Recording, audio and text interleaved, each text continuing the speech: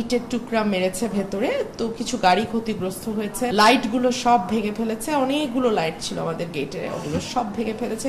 প্রায় 50-60 জন লাঠি সোঁটাধারী ছেলে গুন্ডার মতন এসে ভীষণ বাজে ভাষায় আমার নাম ধরে ডেকেছে, গালাগালি করেছে, বলেছে তুই নিচে নেমে আয়।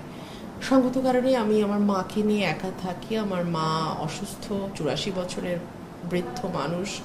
আমি লাইট টাইট সব অফ করে দিয়েছি এবং আমি বারান্দায় গিয়ে যে লাইভ করব সেটা আমার পক্ষে সম্ভব হয়নি। যদি একটু করতে পারতাম আপনারা তাহলে শুনতে পেতেন যে কি ভাষায় তারা আসলে আক্রমণটা করেছে। পরে দেখলাম যে আমাদের তালা ভাঙার চেষ্টা করেছে, নিচে লোহার গেটের তালা, দুটো তালা বারবার ভাঙার চেষ্টা করেছে, ভাঙে নাই।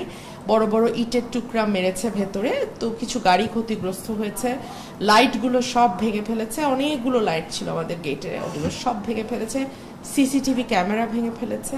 এবং এটাই প্রথমবার না, এর আগে ওরা মহড়া দিয়ে গেছে, কিন্তু তখন কোনো আঘাত করেনি বা লাঠিসোঁটা ব্যবহার করেনি। কিন্তু আজকে রাতে ওরা অকথ্য ভাষায় গালাগালি এবং লাঠিসোঁটার ব্যবহার।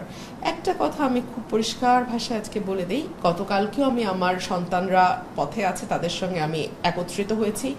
আজকেও আমি বিকাল 3:30 থেকে 6টা পর্যন্ত শহীদ মিনারে ছিলাম, আগামীকালকেও আমি পথে থাকব এবং আমি আসলে পরোয়া করি না। আমি আন্দোলন হয়েছে, সংগ্রাম হয়েছে, গত 17 বছরে তো কম হয়নি।